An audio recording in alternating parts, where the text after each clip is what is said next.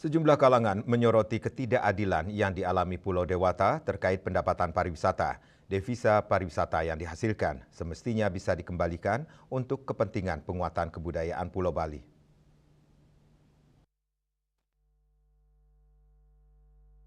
Seperti diketahui bersama, sekitar 40% pendapatan pariwisata nasional berasal dari Bali. Jika dilihat dari luas geografis Pulau Bali dan jumlah penduduknya, maka pendapatan devisa pariwisata sebesar 107 triliun rupiah sangatlah besar untuk pemerintah pusat. Menurut praktisi pariwisata Bagus Sudibyo, devisa atau hard currency bisa menjadi penentu kualitas nilai tukar mata uang rupiah terhadap mata uang asing. Sehingga peran Pulau Bali dalam menjaga stabilitas nilai tukar rupiah sangat penting. Di sisi lain, devisa pariwisata yang dihasilkan Pulau Bali sangat diandalkan untuk membayar hutang negara. Oleh karena itu, kemampuan Bali dalam mengumpulkan devisa pariwisata untuk negara harus dihitung secara jelas. Dengan devisa yang dikumpulkan, Bali semestinya bisa bernegosiasi dengan pemerintah pusat untuk mendapat dana tambahan dalam rangka penguatan pemajuan kebudayaan.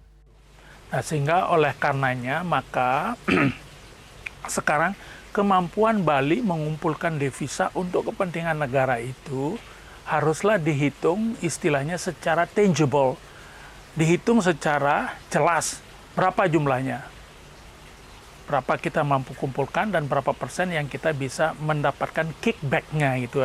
Jadi apakah hasil pengumpulannya itu dikembalikan dalam bentuk apa kan gitu.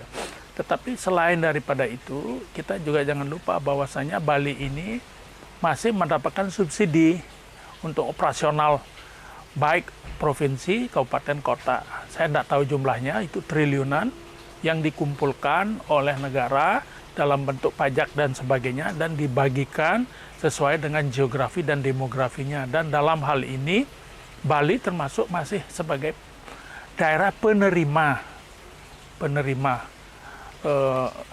dana operasional pemerintahan itu.